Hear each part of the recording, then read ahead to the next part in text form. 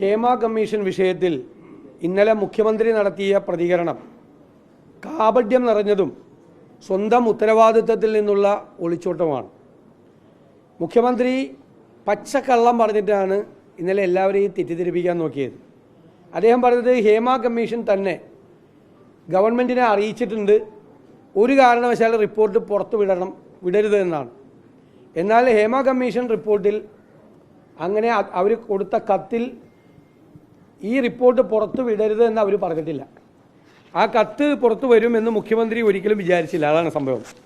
ആ കത്തിപ്പോൾ പുറത്തു വന്നിരിക്കുകയാണ്. ആ കത്തിൽ ഈ റിപ്പോർട്ട് പുറത്തു വിടരുന്നല്ല പറഞ്ഞിരിക്കുന്നത്. ഈ റിപ്പോർട്ട് പുറത്തു വിടുമ്പോൾ സുപ്രീം കോടതിയുടെ മാർഗനിർദ്ദേശങ്ങൾ അനുസരിക്കണമെന്നാണ്. എന്താ സുപ്രീം കോടതിയുടെ മാർഗനിർദ്ദേശം? ഇരകളുടെ പേര് വെളിപ്പെടുത്താൻ പാടില്ല.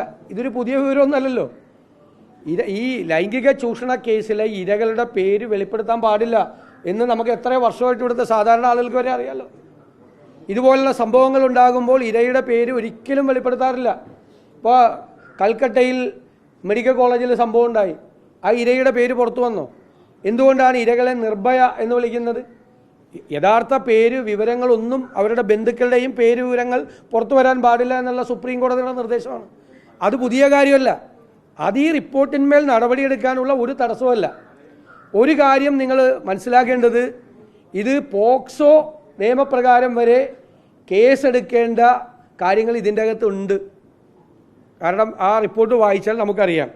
എന്താണ് പോക്സോ നിയമപ്രകാരം സെക്ഷൻ 21 പറയുന്നത്? എന്താണ്?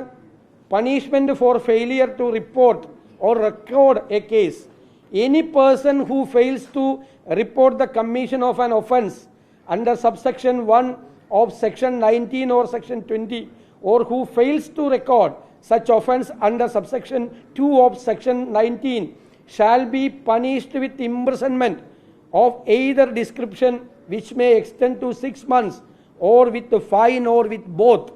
അതായത് ഇതറിയാവുന്ന ഒരാൾ ഒരു ഒഫൻസ് കമ്മിറ്റ് ചെയ്തിരിക്കുന്നു എന്ന്, പോക്സോ നിയമപ്രകാരം ഒരു ഒഫൻസ് കമ്മിറ്റ് ചെയ്തിരിക്കുന്നു എന്ന് അറിഞ്ഞ ഒരാൾ അത് മറച്ചുവെക്കുകയോ റിപ്പോർട്ട് ചെയ്യാതിരിക്കുകയോ ചെയ്താൽ അതൊരു ക്രിമിനൽ കുറ്റമാണ്. 4.5 കൊല്ലം മുമ്പ് ഈ റിപ്പോർട്ട് കയ്യിൽ കിട്ടിയിട്ട് അത് വായിച്ച മുഖ്യമന്ത്രിയും അന്നത്തെ സാംസ്കാരിക മന്ത്രിയും ഇന്നത്തെ സാംസ്കാരിക മന്ത്രിയും ക്രിമിനൽ കുറ്റമാണ് ചെയ്തിരിക്കുന്നത്. ഇവർക്ക് എന്ത് തടസ്സമാണുള്ളത്? ഇപ്പോൾ പറയും FIR എടുക്കാൻ പറ്റില്ല. FIR എടുക്കണമെന്നല്ലല്ലോ ആരും പറഞ്ഞത്. അന്വേഷണം നടത്തണ്ടേ? ഈ കൊടുത്തിരിക്കുന്ന കമ്മീഷൻ റിപ്പോർട്ട് മാത്രമല്ല, ഇരകൾ കൊടുത്തിരിക്കുന്ന മൊഴിയാണ്, പെൻഡ്രൈവ്, വാട്സപ്പ് മെസ്സേജുകൾ, പെൻഡ്രൈവ് തുടങ്ങിയ തെളിവുകൾ അടക്കമുള്ള സാധനങ്ങൾ സർക്കാരിൻ്റെ കയ്യിൽ 4.5 വർഷമായിട്ടിരിക്കുകയാണ്. തെളിവുകൾ, ഇരകളുടെ മൊഴികൾ ഉൾപ്പെടെ, ലൈംഗിക ചൂഷണത്തിന് ഇരകളായ സ്ത്രീകളുടെ മൊഴി ഉള്ള പെൻഡ്രൈവ് വരെ സർക്കാരിൻ്റെ കയ്യിലിരുന്നിട്ട് അത് മറച്ചു വെച്ച് ഒരു അന്വേഷണം പോലും നടത്തിയില്ല.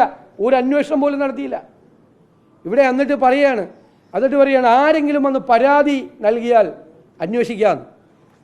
ഈ കമ്മീഷൻ റിപ്പോർട്ടിൽ തന്നെ പറഞ്ഞിട്ടുണ്ടല്ലോ, ഒരു കാരവൻ ഡ്രൈവർ ഒരു നടിയുടെ മുറിയിൽ അതിക്രമിച്ച് കയറി ഇരുന്നിട്ട് അവർ പോലീസിന് പരാതി കൊടുത്തിട്ട് ഒരു നടപടിയും സ്വീകരിച്ചില്ല എന്ന് ഈ റിപ്പോർട്ടിൽ തന്നെ പറയുന്നുണ്ട്.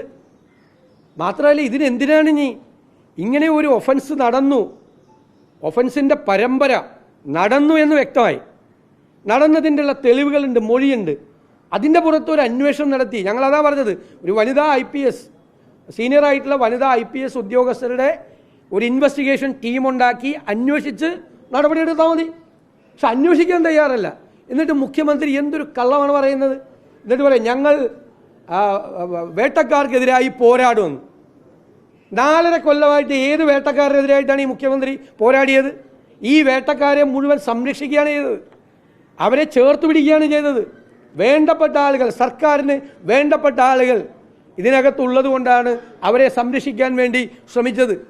CPM-ന് ഒരു പരിപാടിയുണ്ട്, CPM-ൻ്റെ ആരെയും കുറിച്ച് പരാതി വന്നാൽ പാർട്ടി അന്വേഷിക്കുള്ളൂ.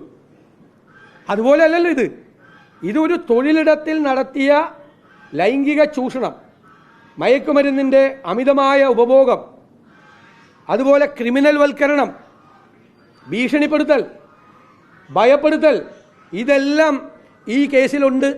അതിനുള്ള മുഴുവൻ തെളിവുകളുമുണ്ട്. എന്നിട്ട് യാതൊരു വിധത്തിലും ഇത് അന്വേഷിക്കില്ല എന്നുള്ള നിലപാടാണ് സർക്കാരിൻ്റെ നിലപാട്. ഇത് പ്രക്ഷോഭണത്തിലേക്ക് കേരളം പോകും. കാരണം ഒരു തൊഴിലിടത്തിൽ നടത്തിയിരിക്കുന്ന ഈ അക്രമ പരമ്പര, ലൈംഗിക ചൂഷണ പരമ്പരയുടെ മുഴുവൻ തെളിവുകളും സർക്കാരിൻ്റെ കയ്യിലുണ്ടായിട്ടും അന്വേഷിക്കില്ല എന്നുള്ള നിലപാടാണ് ഗവൺമെൻറ് എടുത്തിരിക്കുന്നത്. ഇന്നലെ മുഖ്യമന്ത്രി പറഞ്ഞതിൻ്റെ അർത്ഥം എന്താ? അന്വേഷിക്കില്ല എന്നാണ്. ബാക്കിയൊക്കെ പറഞ്ഞ് പോരാടുമെന്ന് പറയും. എന്ത് പോരാട്ടോ? സിനിമ കോൺക്ലേവ് നടത്തുമെന്ന്. ഈ ലൈംഗിക ചൂഷണത്തിൻ്റെ പരാതി സർക്കാരിൻ്റെ മുമ്പിൽ ഇരിക്കുമ്പോൾ ഈ ലൈംഗിക ചൂഷണം നടത്തിയ ആളുകളെ കൂടി പങ്കെടുപ്പിച്ചുകൊണ്ട് സിനിമ കോൺക്ലേവ് നടത്തുമെന്നല്ലേ പറയണം. പ്രതികളാകേണ്ടവരെ കൂടി ഉൾപ്പെടുത്തി അവരെയും അപ്പുറത്ത് ഇരകളെയും അപ്പുറത്തും ഇപ്പുറത്തും ഇരുത്തി കോൺക്ലേവ് നടത്താൻ പോകണം. നാണം കെട്ട സർക്കാർ. ഞാൻ ഇത്തരം വാക്കുകൾ സാധാരണ ഉപയോഗിക്കാറില്ല, പക്ഷേ ഇവിടെ പറയാതിരിക്കാൻ പറ്റില്ല. നാണം കെട്ട സർക്കാരാണ്, നാണം കെട്ട സർക്കാർ.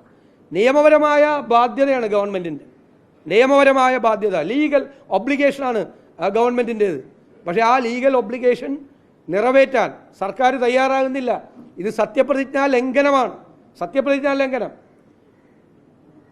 ഫേവർ കാട്ടാൻ പാടില്ല എന്നാണ്. വേണ്ടപ്പെട്ടവരോട് ഫേവറാണ്. ആ ഫേവർ കാട്ടിക്കൊണ്ട് അവരെ സംരക്ഷിക്കാൻ വേണ്ടി, വേട്ടക്കാരെ സംരക്ഷിക്കാൻ വേണ്ടി നിൽക്കുകയാണ്. ഇരകളെയാണ് സർക്കാർ വേട്ടയാടുന്നത്. വേട്ടക്കാരോടൊപ്പം നിന്ന് ഇരകളെ അപമാനിക്കുകയാണ് സർക്കാർ ചെയ്യുന്നത്. അതുകൊണ്ട് ക്രിമിനൽ കുറ്റമായി തന്നെ കണ്ട് അത് അന്വേഷണം നടത്തി കുറ്റക്കാരായ ആളുകളെ നിയമത്തിൻ്റെ മുന്നിൽ കൊണ്ടുവരാൻ സർക്കാർ തയ്യാറാകണം.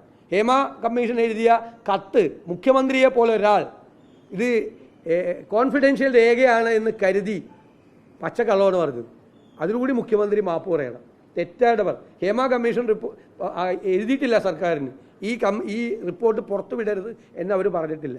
പുറത്തു വിട്ടു കഴിഞ്ഞാൽ ആ സമയത്ത് we have been following the principles laid down by the Supreme Court in various decisions in keeping the matter extra confidential. I would also take the liberty to alert you to follow these principles before parting with the report to anybody in a routine manner. Routine മാനറിൽ സാധാരണഗതിയിൽ ഈ report പുറത്തേക്ക് കൊടുക്കുമ്പോൾ supreme കോടതിയുടെ principles follow ചെയ്യണമെന്നാണ്. അതിൻ്റെ അർത്ഥം report പുറത്തു കൊടുക്കരുതെന്നാണോ? റിപ്പോർട്ട് പുറത്തു കൊടുക്കുമ്പോൾ ചെയ്യേണ്ട എന്താണ് സൂക്ഷിക്കേണ്ടത് എന്ന് ആണ് അവർ അലേർട്ട് ചെയ്തിരിക്കുന്നത്. കാരണം ഈ ഇരകളുടെ പേരുകളൊന്നും പുറത്തു വരാൻ പാടില്ല, അത്രേ പറഞ്ഞിട്ടുള്ളൂ. അതാണ് സുപ്രീം കോടതി വിധി. എന്നിട്ട് അതിനെ ദുർവ്യാഖ്യാനം ചെയ്ത് ഹേമ കമ്മീഷൻ പറഞ്ഞു ഇത് പുറത്തു കൊടുക്കരുത്. ഹേമ കമ്മീഷൻ പുറത്തു കൊടുക്കുമ്പോൾ ചെയ്യേണ്ട കാര്യങ്ങളാണ് ആ കത്തിൽ പറഞ്ഞിരിക്കുന്നത്. മുഖ്യമന്ത്രിയെ പോലെ ഒരാൾ ഈ സ്ഥാനത്തിരുന്നുകൊണ്ട് ഒരു കമ്മീഷൻ എഴുതിയ, ഹേമ കമ്മിറ്റി എഴുതിയ ഒരു ലെറ്റർ ഇങ്ങനെ ദുർവ്യാഖ്യാനം ഇത് പുറത്തു പോലെന്നാണ് മുഖ്യമന്ത്രി വിചാരിച്ചത്. അത് പുറത്തു വന്നു. ആ പുറത്തു വന്ന കത്തിൽ വളരെ വ്യക്തമായി അവർ പറഞ്ഞിട്ടുണ്ട്. ഈ മുഖ്യമന്ത്രി വരെ വന്നിരുന്ന് നുണ പറയുകയാണ്. ആരെ രക്ഷിക്കാനാണ്? വേട്ടക്കാരെ രക്ഷിക്കാനുള്ള ശ്രമമാണ് സർക്കാർ നടത്തിക്കൊണ്ടിരിക്കുന്നത്.